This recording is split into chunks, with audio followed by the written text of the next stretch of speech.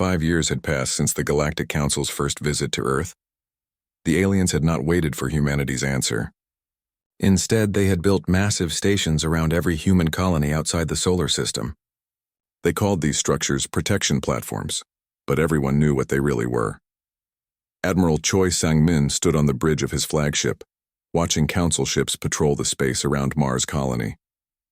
The alien vessels moved in perfect patterns, their energy shields glowing softly in the darkness.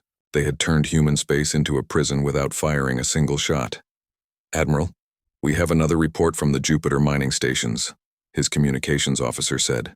"The Council is demanding increased quotas again. They want double the helium-3 production by next month." Choi Sang-min nodded grimly. The Council's protection came with a price. Human colonies now worked primarily to supply alien needs. Food, metals, fuel, and labor all flowed outward to Council worlds. In return, humanity received outdated alien technology and promises of eventual freedom.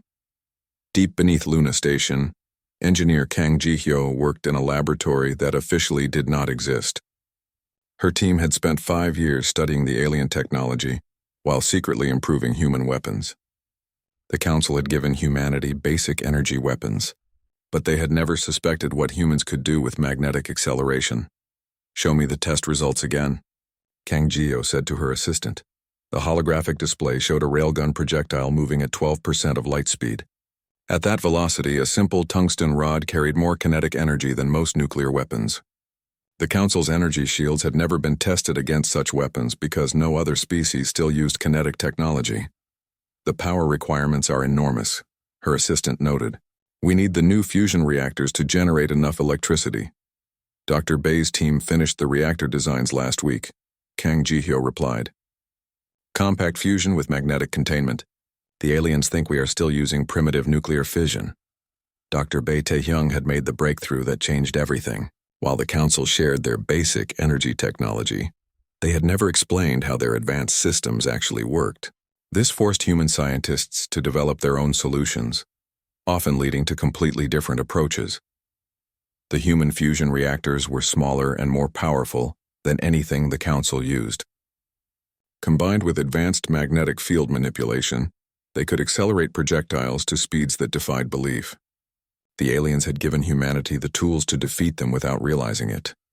Intelligence Officer Han Soo-jin had spent 3 years infiltrating Council databases. Her cybernetic implants, disguised as medical devices, could interface with alien computers in ways the Council had never anticipated. Human digital technology had developed along different paths than alien systems, creating unexpected vulnerabilities. "I have the complete Council military assessment of humanity," Han Soo-jin reported during a secret meeting in the Luna Station's deepest levels. "We are classified as a Tier 7 species with minimal threat potential." "What does that mean exactly?" asked Colonel Seo Jae-hyun. "It means they consider us barely capable of spaceflight. Their threat assessment focuses entirely on energy weapons and shields. They have no protocols for kinetic weapons at all." The intelligence data revealed something incredible. The Galactic Council included hundreds of species, but none of them used kinetic weapons anymore. They had all evolved to energy-based warfare thousands of years ago. Their ships, shields, and tactics were designed around energy attacks and defenses. Han Soo-jin had also discovered the Council's real plans for humanity. The protection was temporary. Once human colonies were fully integrated into the Council's supply network, humanity would be classified as a client species with no rights to self-governance. "They plan to limit our population to sustainable levels," Han Soo-jin continued. "Humans will be allowed to manage the dangerous jobs that other species avoid: mining, deep space construction, hazardous material processing. Slavery with extra steps," Seo Jae-hyun said bitterly. The meeting was interrupted by an urgent message from Earth. Overseer Morgax, the Council's new military governor for human space, had arrived with a massive fleet. 200 ships now surrounded Earth itself, their weapons trained on the home world. Admiral Choi Sang-min received orders to report to the Overseer immediately. The alien commander's flagship was larger than anything humanity had ever built, bristling with energy weapons and protected by shields that could deflect laser fire. Morgax was a different species than Ambassador Velthar. Where Velthar had been tall and thin, Morgax was thick and muscular with rough skin that looked like stone. His species had evolved from predators, and it showed in every movement.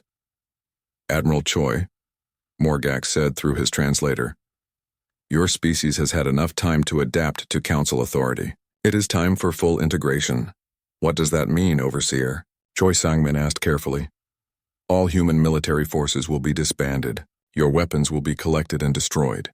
Council peacekeepers will maintain order in human space. Your people will focus on their assigned roles in the galactic economy." Choi Sang-min kept his expression neutral, but inside he was calculating distances and firing solutions. Morgax's flagship was powerful, but it was also positioned perfectly for the hidden railgun batteries on Luna Station.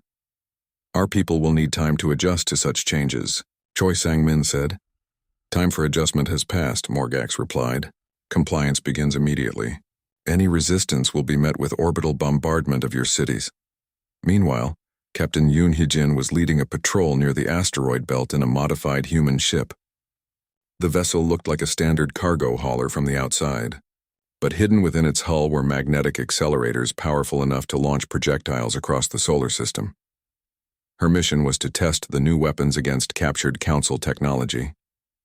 The target was a derelict alien probe that had been secretly recovered months earlier.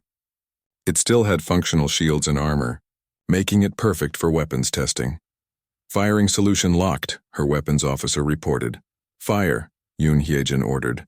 The railgun discharged silently in the vacuum of space. A tungsten rod, no larger than a pencil, accelerated to 12% of light speed in less than a second.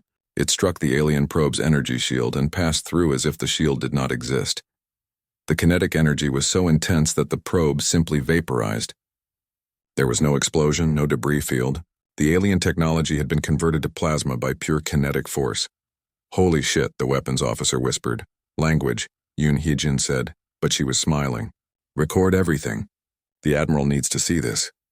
Back on Luna Station, Kang Ji-hyo was putting the finishing touches on humanity's secret weapon. The EDS railgun was not a ship in any traditional sense. It was a magnetic accelerator the size of a space station, capable of launching projectiles at 25% of light speed. "The targeting system is complete," her assistant reported. "We can hit targets anywhere in the solar system with pinpoint accuracy." "And beyond the solar system?" Kang Ji-hyo asked. "Theoretical maximum range is about 2 light-years, assuming we can calculate the target's position accurately." The weapon was hidden in the asteroid belt, disguised as a mining station. The Council's sensors would see industrial equipment and mining operations. They would never suspect that humans had built an interstellar siege cannon. Dr. Kim Min-ji now served as Earth's primary liaison with the Council. Her years of diplomatic contact had taught her how alien psychology worked. The Council species were not evil, but they were arrogant. They had been the dominant force in the galaxy for so long that they could not imagine being challenged. "They genuinely believe they are helping us," Kim Min-ji explained during a planning meeting. "In their minds, client species are better off under Council protection. They cannot understand why anyone would prefer independence to security. That arrogance might be their weakness," Admiral Choi suggested. "It definitely is," Kim Min-ji agreed. "They assume all species think like they do. They cannot imagine that humans might choose to fight rather than submit." The year was ending and Overseer Morgax was losing patience. His reports to the Council described humanity as stubborn but manageable. He had no idea that every human military unit was secretly preparing for, or that Colonel Seo Jae-hyun's special forces had been practicing boarding actions using magnetic grapples and kinetic weapons. Captain Kim Do-yeon's engineering teams had weaponized civilian spacecraft. Han Soo-jin's intelligence network had mapped every Council position in human space. Most importantly, Admiral Choi Sang-min had been coordinating with secret human fleets hidden throughout the solar system. Ships disguised as cargo haulers, mining vessels, and research platforms were actually warships equipped with the most advanced railgun systems ever built. The Council thought they were watching over a conquered species adapting to alien rule. In reality, they were surrounded by an enemy that understood their weaknesses better than they understood themselves. The time for warnings and diplomacy had passed. Humanity had tried to explain the power of kinetic weapons. The aliens had laughed and dismissed human technology as primitive. Soon they would learn that sometimes the old ways were the best ways, and that physics did not care about technological fashion. Overseer Morgak stood on the bridge of his flagship, looking down at Earth through the massive view screen. The blue and green planet looked peaceful from orbit, but appearances could be deceiving. His patience with humanity had finally run out. "Open communications to all human settlements," Morgax ordered his crew. "It is time to end this charade." The message went out simultaneously to Earth, Luna Station, Mars Colony, and every human outpost in the solar system. Morgax's rough features filled screens across human space as he delivered his ultimatum. "People of Earth, your time of independence is over. You will surrender your weapons and submit to Council authority within 24 hours. If you refuse, we will begin orbital bombardment of your major cities. Your primitive technology cannot protect you from our power." President Park Jin-woo received the message in the secure bunker beneath Seoul. Around him, military leaders watched the alien threat with grim determination. They had spent 5 years preparing for this moment. "All units report ready status," President Park ordered. The responses came quickly. Admiral Choi Sang-min confirmed that Luna Station's hidden defenses were powered and targeted. Captain Yoon Hye-jin reported that the disguised fleet was in position throughout the solar system. Most importantly, Engineer Kang Ji-hyo announced that the secret railgun installations were fully operational. "Mr. President," Admiral Choi said, "we can be ready to respond within 6 hours." "No," President Park replied. "Morgax gave us 24 hours. We give him the same courtesy. In 24 hours, we show him exactly what human technology can do." The hours passed slowly. Council ships maintained their positions around Earth, energy weapons charged and shields raised. The aliens expected humanity to panic, to surrender when faced with overwhelming force. Instead, human space remained eerily quiet. Dr. Kim Min-ji spent the waiting time studying alien psychology reports. The Council species had not fought a real war in centuries. Their conflicts were usually resolved through economic pressure or limited police actions against pirates. They had never faced an opponent that could threaten them directly. "They think this is already over," Kim Min-ji told the command staff. "In their experience, a show of force always results in immediate surrender." Han Soo-jin had been monitoring Council communications throughout the day. The alien commanders were confused by humanity's silence. They had expected desperate negotiations or at least some response to their ultimatum. "Overseer Morgax is beginning to doubt his intelligence reports," Han Soo-jin reported. "He cannot understand why humans are not trying to bargain." With 1 hour remaining, Admiral Choi Sang-min made his way to Luna Station's Combat Operations Center. The facility had been secretly expanded over the past 5 years, hidden deep within the moon's interior. Banks of computers calculated firing solutions while massive magnetic accelerators prepared to launch their deadly cargo. Captain Yoon Hye-jin was aboard the EDS Indomitable, one of dozens of ships disguised as civilian vessels throughout the solar system. Her crew had spent months training for this moment, practicing coordination drills that would let them strike simultaneously across vast distances. "All stations report ready," her weapons officer announced. "Targeting data uploaded and confirmed," added the navigation officer. Yoon Hye-jin looked at the tactical display showing Council ship positions. The aliens had arranged themselves in a perfect formation for orbital bombardment, concentrating their forces for maximum intimidation. They had no idea that their formation was also perfect for a coordinated kinetic strike. Engineer Kang Ji-hyo stood before the control panel of humanity's greatest secret weapon. The massive railgun hidden in the asteroid belt had enough power to accelerate projectiles to speeds that defied belief. At 25% of light speed, even a small piece of metal carried devastating kinetic energy. "Targeting the flagship," Kang Ji-hyo announced to her team. "Tungsten penetrator, maximum acceleration." Dr. Bae Tae-hyung monitored the fusion reactors that would power humanity's response. The compact reactors had been disguised as mining equipment for years, but they could generate more power than anything the Council had seen from human technology. With 10 minutes remaining, Overseer Morgax opened communications again. His confidence was beginning to waver at humanity's continued silence. "This is your final warning," Morgax announced. "Surrender now or face the consequences." President Park Jin-woo responded personally this time, his image appearing on screens throughout the Council fleet. "Overseer Morgax, we appreciate your patience." You offered us the chance to surrender our weapons and submit to your authority. Now we would like to make you a counteroffer. You are in no position to negotiate, Morgax replied angrily. You're right, President Park said calmly. We're not interested in negotiating. We tried to show you our weapons 5 years ago. You laughed at them. Admiral Choi, please give the Overseer a proper demonstration. Admiral Choi Sang-min opened the communication channel that connected every human weapon system in the solar system. His voice was calm and professional as he gave the order that changed galactic history. All units, you are authorized to fire. Show them what kinetic energy really means. The attack began with mathematical precision. Every human railgun installation fired simultaneously, launching projectiles across the solar system at speeds the Council had never imagined possible. The tungsten rods were invisible to most sensors, traveling too fast for alien detection systems designed around energy weapons.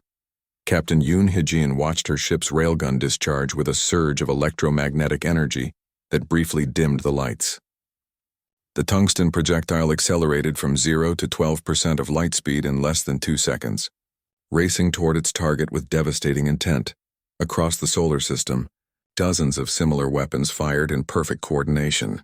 Hidden installations on asteroids, disguised ships, and secret lunar bases all contributed to the massive kinetic barrage that now swept toward the Council fleet. The aliens had no warning. Their shields were designed to deflect energy weapons, not solid matter moving at relativistic speeds. Their sensors could track plasma bolts and laser beams, but tungsten rods moving at such velocities appeared on their displays for only a fraction of a second before impact. Overseer Morgax was studying a tactical display when his flagship's shield simply vanished. The tungsten rod from Kang Ji-yo's hidden railgun punched through the energy barrier as if it did not exist, then continued through the ship's hull with barely any resistance. The kinetic energy release was incredible. The rod, no larger than a baseball bat, carried more destructive power than most nuclear weapons.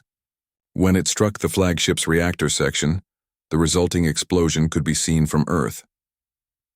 Throughout the Council formation, similar scenes played out in rapid succession. Alien ships that had seemed invincible moments before were suddenly erupting in brilliant flashes as kinetic projectiles found their targets. The carefully arranged bombardment formation became a debris field in less than 30 seconds. Some alien commanders tried to activate emergency maneuvers, but their ships could not accelerate fast enough to avoid projectiles moving at 12% of light speed.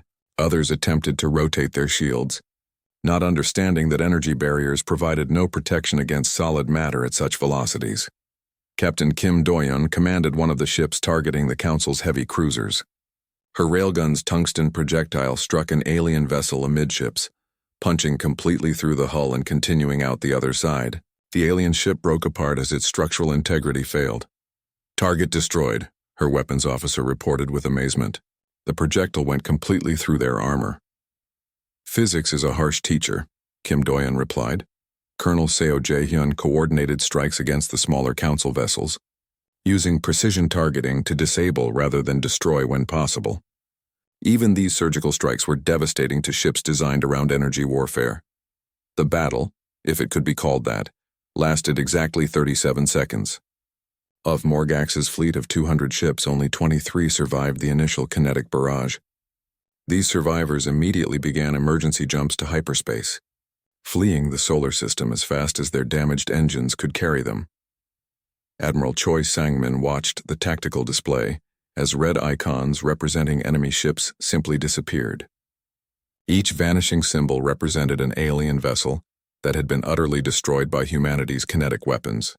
Damage report? He asked. No human casualties, came the response. All weapon systems performed within expected parameters. Dr. Kim Min-ji stared at the aftermath in shock. She had studied alien psychology for years, but nothing had prepared her for this moment. An entire Council fleet had been destroyed in less than a minute by weapons the aliens considered primitive toys. Han Soo-jin intercepted the emergency transmissions from surviving Council ships. The messages were filled with panic and confusion. The aliens could not understand what had happened to them. They're calling it impossible, Han Soo-jin reported. Their computer models say kinetic weapons cannot penetrate modern energy shields. Their computer models never accounted for relativistic velocities, engineer Kang Ji-hyo noted with satisfaction. President Park Jin-woo addressed the galaxy through captured council communication networks. His message was simple and direct. To all members of the Galactic Council, we tried. Supreme Admiral Kethmore of the Hegemony Fleet could not believe the reports flooding into Council headquarters. 200 ships destroyed in 37 seconds by a species that still used chemical rockets just 5 years ago. The tactical data made no sense according to everything the Council knew about modern warfare. "Show me the battle recordings again," Kethmore demanded from his command staff. The holographic display replayed humanity's attack in slow motion. Council ships exploded one after another as invisible projectiles punched through their shields and armor. The energy barriers that had protected galactic civilization for millennia offered no resistance to the human weapons. "What are we looking at exactly?" asked General Vextar of the Rigelian Defense Corps. "Kinetic weapons," replied Dr. Zindal, the Council's chief military scientist. "Solid projectiles accelerated to incredible velocities. Our sensors barely detected them before impact." "Kinetic weapons are obsolete," Kethmore stated firmly. "No civilization has used such primitive technology for thousands of years." "That may be exactly why they were so effective," Dr. Zindal continued. "Our shields are designed to deflect energy attacks. They were never tested against solid matter moving at such speeds." The Council's emergency session included representatives from 17 major species and dozens of minor ones. None of them had experience fighting kinetic weapons. Their entire military doctrine was based on energy warfare that had dominated the galaxy since before most species achieved spaceflight. "How fast were these projectiles moving?" asked Ambassador Krelnox of the Sigma Draconis Confederation. Dr. Zindal consulted his instruments. "Analysis of the attack patterns suggests velocities between 10 and 25% of light speed. At those speeds, even small objects carry enormous kinetic energy." "Impossible," Kethmore declared. "No magnetic accelerator can achieve such velocities. The power requirements would be astronomical. Human fusion technology appears more advanced than our initial assessments indicated," Dr. Zindal replied carefully. "They may have developed compact reactors capable of generating the necessary power." The debate continued for hours as council leaders struggled to understand how a primitive species had inflicted such a devastating defeat. Some argued that the attack was a fluke, that humanity had used up their entire arsenal in one desperate strike. Others worried that Earth possessed weapons technology that the Council had never encountered. Meanwhile, General Lim Woojin coordinated Earth's defenses from his command center beneath the Rocky Mountains. Intelligence reports indicated massive Council fleet movements throughout the galaxy. The aliens were clearly preparing for retaliation on an unprecedented scale. "How many ships are they assembling?" President Park Jin-woo asked during the daily briefing. "Conservative estimates suggest over 2,000 vessels," Lim Woojin replied. "Representatives from every major council species, plus support fleets from client civilizations. It will be the largest military force in galactic history." Dr. Kim Minji had been analyzing intercepted council communications. The aliens were struggling to understand what had happened at Earth. Their military planning was based on assumptions that no longer applied. "They keep referring to our attack as impossible," Kim Minji reported. "Their tactical computers cannot model kinetic weapons at relativistic speeds because they have no experience with such technology." "That gives us an advantage," Admiral Choi Sang-min noted. "They are preparing to fight the last war, not the one we are actually fighting." Colonel Seo Jae-hyun had been conducting special operations throughout the outer solar system. His teams used modified ships capable of extreme acceleration to strike at isolated council positions.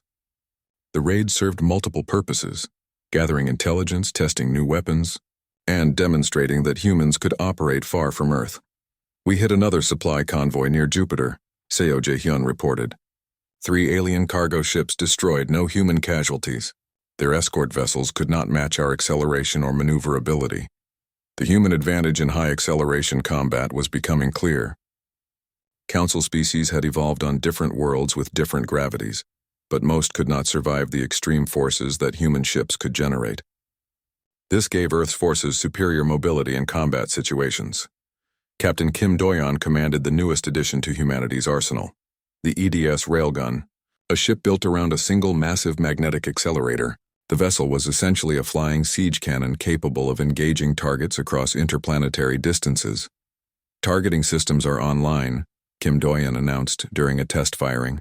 "We have a clear shot at the Council observation post near Saturn." The tungsten projectile launched from her ship traveled the distance to Saturn in just over an hour, striking the alien facility with pinpoint accuracy. The kinetic impact completely destroyed the station, leaving only debris to mark where it had been. Engineer Kang Jihyo continued developing new weapon systems in her hidden laboratories. The success of the first railgun attack had proven the concept, but she knew that larger battles would require even more powerful weapons. "We need to increase projectile velocity," she explained to her team. "The Council will adapt their tactics once they understand our capabilities. We need to stay ahead of their countermeasures." Her latest designs could accelerate projectiles to 30% of light speed, entering the realm of truly relativistic warfare. At such velocities, tungsten rods became devastating weapons capable of destroying capital ships with single hits. Dr. Bae Taehyung worked on the power systems that made such weapons possible. His fusion reactors were smaller and more efficient than anything the Council used, giving human ships capabilities that seemed impossible to alien observers. "We can generate 3 times more power per unit mass than standard Council reactors," Bae Taehyung reported. "Their energy weapons require massive power plants. Our kinetic weapons can achieve greater destructive effect with less infrastructure." Intelligence Officer Han Sujin had infiltrated deeper into Council networks following the battle at Earth. The aliens' computer security was designed around their own psychology and technology, making it vulnerable to human digital warfare techniques. "I have access to their complete battle plans," Han Sujin announced during a classified briefing. "They are planning a siege of the solar system using overwhelming numerical superiority. The Council strategy was based on their experience with energy warfare. They planned to surround Earth with so many ships that human forces could not possibly target them all. Continuous bombardment would wear down human defenses until surrender became inevitable. They do not understand the range and precision of our weapons," Admiral Choi observed. "They think we need to be close to our targets to be effective."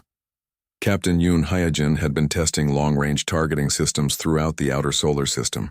Her results proved that human railguns could engage targets accurately across distances that Council tacticians considered impossible for kinetic weapons. "We can hit individual ships from beyond their sensor range," Yoon Hyojin reported. "Their formation tactics assume we need line-of-sight targeting like ancient artillery." The approaching Council fleet represented every major species in the galaxy: Centauri Trade Federation ships with their crystal hulls, Rigelian Defense Corps vessels armed with plasma cannons, Hegemony Fleet dreadnoughts mounting antimatter weapons. Together they formed an armada that had never been defeated, but none of them had ever fought kinetic weapons before. Supreme Admiral Kethmore reviewed the final attack plans from his flagship, a massive vessel that dwarfed anything in human space. His confidence was returning as he studied the overwhelming numerical advantage his forces possessed. 2,000 ships against what? A few dozen human vessels hiding in their home system, Kethmore said to his staff. Even primitive kinetic weapons cannot stop this many targets. Dr. Zindal was less certain. His analysis of human technology suggested capabilities that the Council had never encountered. "Admiral, I recommend we approach cautiously. These humans may have weapons we do not understand." "Nonsense," Kethmore replied. "Fear of primitives is unworthy of the Council. We will show the galaxy that the natural order cannot be overturned by lucky savages." The massive fleet began its final approach to the solar system, confident that sheer numbers would overwhelm human defenses. They had no idea that every ship in their formation was already targeted by weapons they could not detect, fired from distances they considered impossible. The Council was about to learn that in warfare, sometimes quantity was not a substitute for understanding physics, and physics, as always, was an unforgiving teacher. The Battle of Sol lasted 6 hours and changed the galaxy forever. When the massive Council fleet of over 2,000 ships arrived at the edge of the solar system, they expected to face desperate human defenders clustered around Earth. Instead, they found themselves entering a carefully prepared killing field that stretched across billions of kilometers. Supreme Admiral Kethmore watched his tactical display with growing confusion as his fleet spread out in standard siege formation. His sensors detected only a handful of human ships, far fewer than intelligence reports had suggested. Either humanity was hiding most of its forces or they were planning something unexpected. "Begin the bombardment," Kethmore ordered. "Target their major population centers first. They will surrender once they see the futility of resistance." But before his energy weapons could fire, space around the Council fleet erupted in a storm of invisible death. Tungsten projectiles moving at 25% of light speed began striking alien ships with mathematical precision. The first wave of kinetic rounds hit 60 targets simultaneously, each impact vaporizing ships that had seemed invincible moments before. Admiral Choi Sang-min coordinated the human response from Luna Station's expanded command center. Years of preparation had turned the solar system into a fortress armed with weapons the Council could not even detect until they struck. "Second salvo ready," reported Captain Yoon Hyejin from her position commanding the hidden fleet, targeting their heavy cruisers. The human ships were scattered throughout the asteroid belt and outer planets, disguised as mining operations and research stations. Each vessel mounted railgun systems capable of engaging targets across interplanetary distances. The Council had never faced an enemy that could strike accurately from such extreme ranges. Engineer Kang Ji-hyo's masterpiece, the massive railgun hidden in the asteroid belt, began its systematic destruction of Council capital ships. Each shot from the station-sized weapon carried enough kinetic energy to destroy even the largest alien vessels. The tungsten projectiles punched through energy shields, advanced armor, and antimatter containment systems as if they were made of paper.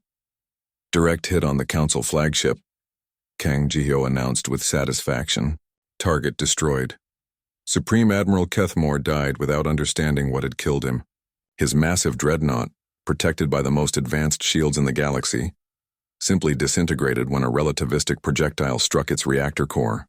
The explosion was visible from Mars. Dr. Bae Tae-hyung monitored the power systems that made the human victory possible.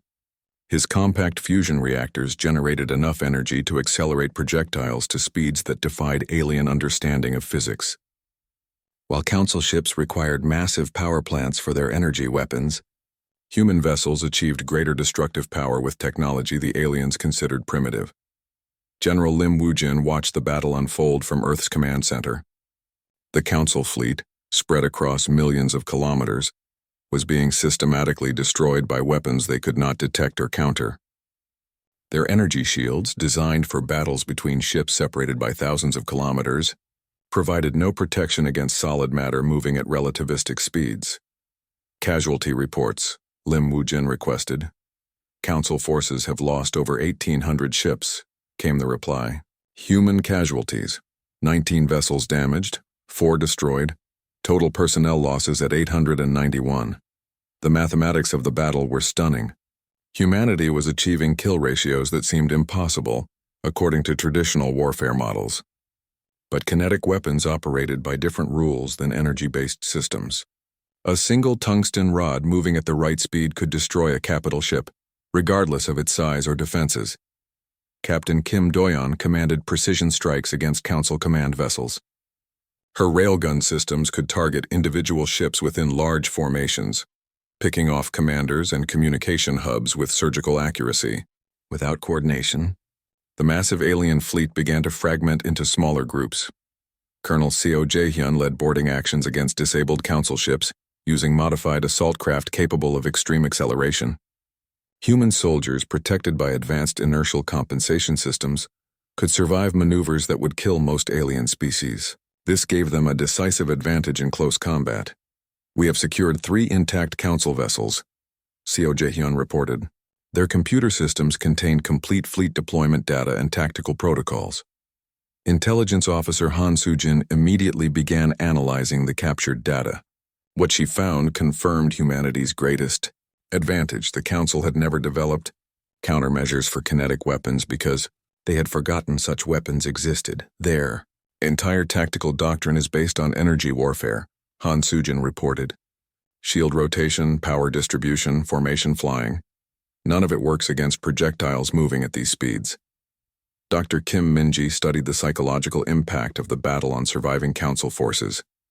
The aliens were experiencing something they had not felt in millennia: genuine fear. Their technological superiority, the foundation of galactic civilization, had been shattered by weapons they considered obsolete. They are calling for immediate ceasefire, Kim Min-ji announced. Ambassador Velthar is requesting emergency negotiations. President Park Jin-woo considered the request carefully. The council fleet was broken, with only scattered survivors fleeing toward the edge of the solar system. But this victory, as decisive as it was, would only bring larger conflicts unless humanity could fundamentally change the galactic balance of power. Tell them we will consider negotiations, President Park replied. But first they need to understand that the age of council dominance is over. As if to emphasize the point, Captain Yoon Hye-jin's ship fired a demonstration shot toward the fleeing council remnants. The tungsten projectile crossed the solar system in hours, striking a disabled alien cruiser and completely vaporizing it. The message was clear. Nowhere in the solar system was safe from human weapons.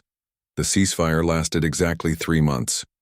During this time, Director Yu Ji-won of Human Intelligence discovered something that changed everything. Several council species were secretly developing biological weapons designed to exterminate humanity before they could threaten galactic stability further. They call it the final solution, Yu Ji-won reported during an emergency meeting. A engineered plague that targets human DNA specifically. They plan to deploy it before we can expand beyond the solar system. Admiral Choi Sang-min did not wait for the council to act first. Within hours, he launched Operation Kinetic Storm, humanity's first offensive campaign. Human fleets that had been secretly constructed throughout the solar system began striking simultaneously at council worlds across dozens of star systems. The human ships moved through space with acceleration profiles that no alien vessel could match. Their crews, protected by advanced gravity compensation, could survive maneuvers that would incapacitate most council species. This gave them tactical flexibility that alien commanders had never encountered. Commander Park Ji-won led the 3rd Kinetic Fleet in strikes against major council military installations. Her ships could accelerate to significant fractions of light speed, allowing them to cross interstellar distances faster than most alien vessels could manage interplanetary travel. Target acquired, Park Ji-won announced as her fleet approached a council shipyard. Commence orbital bombardment. The tungsten projectiles fell from space like the wrath of ancient gods. Each impact carried enough kinetic energy to trigger seismic events, atmospheric disruption, and electromagnetic pulses that crippled entire continents. Council worlds that had never experienced warfare found their civilizations shattered by physics they had forgotten. Captain Lee Soyeon commanded the siege of Proxima Station, the Council's primary military shipyard. Her ship's railgun could punch through the station's hull from ranges that alien defenders considered impossible. The precision of human targeting allowed surgical strikes that disabled specific systems without destroying the entire facility. Defense platforms neutralized, Lee Soyeon reported. The station is requesting surrender. Throughout Council space, similar scenes played out as human forces demonstrated the terrifying effectiveness of kinetic weapons. Alien civilizations that had dominated the galaxy for millennia found themselves helpless against an enemy they had dismissed as primitive. The psychological impact was as devastating as the physical destruction. Council species had built their entire civilization around the assumption of technological superiority. When that foundation cracked, their confidence collapsed with it. General Lim Woo-jin coordinated the liberation of human colonies that had been under Council control. Most surrendered immediately when human fleets appeared in their systems. The reputation of Earth's kinetic weapons had spread throughout the galaxy, carrying with it a simple message: resistance was futile. Dr. Kim Min-ji worked to establish new relationships with liberated worlds and Council species seeking separate peace treaties. Many alien civilizations were discovering that cooperation felt very different from subjugation. They are asking to join us rather than fight us, Kim Min-ji reported. 17 species have requested protection under human authority. The irony was not lost on anyone. Commander Park Ji-won stood at the observation deck of Luna Station, watching the alien ships approach Earth. Their vessels looked like giant crystals floating through space, beautiful but strange. After decades of searching for life among the stars, life had finally found humanity first. The ships moved without visible engines, gliding silently toward Earth's moon. Park Ji-won had seen the recordings from deep space sensors. These visitors called themselves the Galactic Council, representatives of hundreds of worlds across the galaxy. They claimed to bring peace and protection to new species like humanity. Dr. Kim Minji rushed into the observation deck, her tablet showing translation protocols. As Earth's best expert on alien life, she would lead the first conversations with beings from another world. Her hands shook slightly as she reviewed the basic language patterns the aliens had transmitted. "Are our people ready?" Park Jawan asked. "As ready as anyone can be for this," Kim Minji replied. "The translation software is working. We understand their basic language now." The alien ships docked with Luna Station using technology that humans could barely understand. The docking happened without any visible connection, as if the ships simply decided to stick together. Within minutes, the first aliens walked through airlocks that had somehow opened on their own. The alien leader was tall and thin, with blue skin and 4 arms. Ambassador Velthar moved with the confidence of someone who had done this many times before. Behind him came other aliens, each from different species, all wearing the same style of clothing that seemed to shift colors. "Greetings, primitive species of the third planet," Velthar said through a small device that translated his words. "We are representatives of the Galactic Council. We have come to offer you protection and guidance as you take your first steps into the larger universe." Kim Minji stepped forward with a respectful bow. "Welcome to our system, Ambassador Velthar. We are honored by your visit and eager to learn about the galaxy." Velthar looked around Luna Station with the expression of someone visiting a museum of ancient technology. His 4 eyes focused on the metal walls, basic computer screens and simple gravity systems that kept humans walking normally. "Your species shows promise," Velthar said, "though your technology is quite basic. Chemical rockets, nuclear power, simple electronics. We have records of species at your level. Most adapt well to council guidance." Lieutenant Colonel Lee Donghyuk entered the meeting room carrying a secure tablet. As head of Earth's military intelligence, he wanted the aliens to understand that humanity was not helpless. His tablet contained videos of Earth's most advanced weapons. "Ambassador, we would like to show you some of our defensive capabilities," Lee Donghyuk said. "Perhaps we are more advanced than your initial scans indicated." The alien delegates gathered around as Lee Donghyuk activated his tablet. The screen showed massive railgun installations on Earth and its colonies.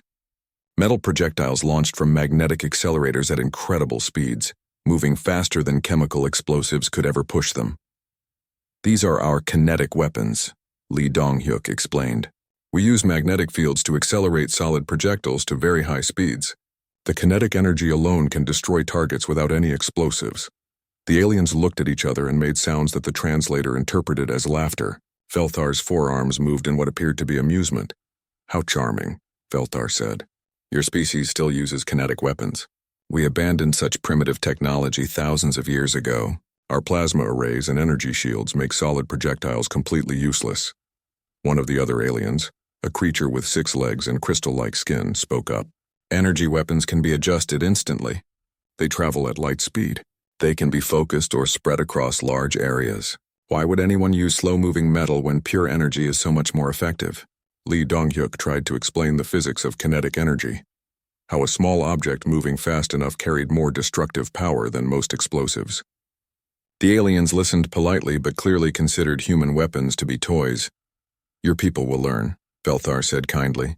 "Under council protection, you will have access to proper weapons technology. Plasma rifles, energy shields, antimatter containment. Real weapons for a civilized galaxy." Captain Yoon Hyejin watched the meeting from the security station. As an officer in the Earth Defense Force, she had trained with railgun systems for years. She understood their power in ways that the aliens clearly did not. Their dismissive attitude worried her more than any direct threat. The aliens spent 3 days on Luna Station. They examined human technology, asked questions about Earth's government and resources, and made notes about humanity's development potential. They spoke often about protection, but their questions focused on mining rights and population management. During their final meeting, Velthar presented humanity with a formal offer. The Council would establish protection stations around Earth's colonies. Human ships would be limited to the solar system until humanity proved ready for galactic civilization. Earth would provide raw materials and labor in exchange for advanced technology and security. "This is how new species join the galactic community," Velthar explained. You will be safe under our guidance. Your people will learn proper technology. In time, perhaps centuries, you may earn full membership in the council. President Park Jin-woo, attending the meeting virtually from Earth, asked careful questions about the terms. The agreement sounded reasonable on the surface, but gave the council complete control over human expansion and development. We appreciate your generous offer, President Park said. We will need time to discuss this with our people before making such an important decision. Of course, Velthar replied. Take all the time you need.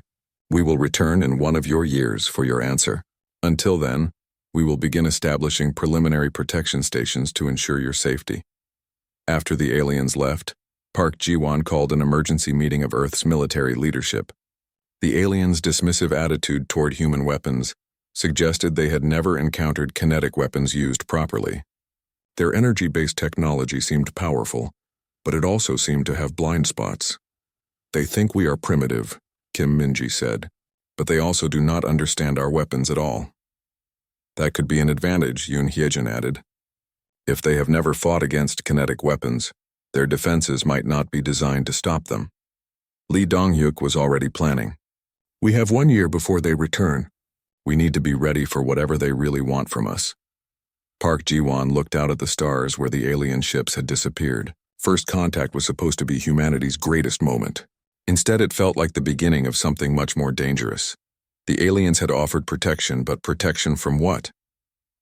They had offered advanced technology, but in exchange for freedom. Most importantly, they had laughed at humanity's weapons without understanding them. That might be the biggest mistake the Galactic Council ever made.